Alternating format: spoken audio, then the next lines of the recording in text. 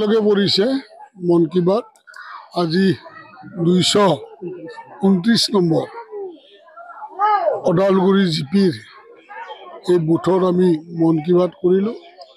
অগপ BJP একেলগে মিলি মন কি বাত কৰিলোঁ। বহুত মানুহ হৈছিল।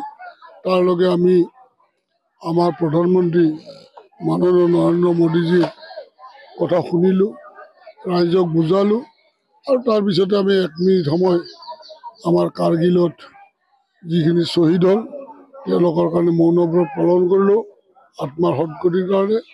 আৰু তাৰ লগতে যিহেতুকে পঞ্চায়ত চলি আছে, আমাৰ ইয়াত এই ওদালগুৰি জিপিৰ AP-জন AGP আৰু ZPC-জন AGP প্ৰাৰ্থী আৰু 2টা প্ৰাৰ্থীক বিপুলভাৱে জয়লাভ কৰাৰ তেওঁলোকে প্ৰস্তুতিত আছেই।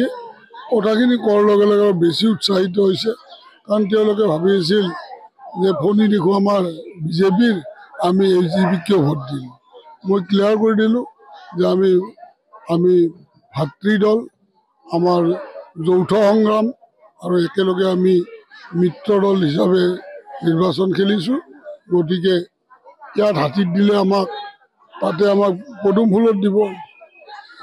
বেলেগ হেৰিবিলাকত আমাৰ ইয়াত দুৰ্ভাগ্যজনক, আমাৰ বজালী জিলাত কিয় দুৰ্ভাগ্যজনক, আমাৰ ইয়াত কংগ্ৰেছ বুলি নাই।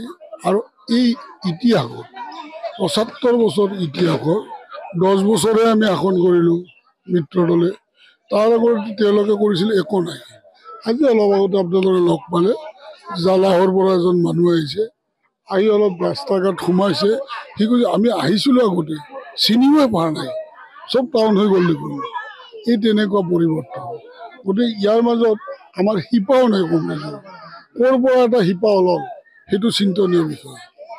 ৰাইজেও চিন্তা কৰিছে এইটো ক'ৰ পৰা আহিল হঠাৎ শিপা এটা। গতিকে শিপা এইবাৰ আমি ভৱানীপুৰ সৰব সমষ্টি, বজালী সমষ্টিত আমাৰ শিপা নোহোৱা হৈ যাব কংগ্ৰেছত।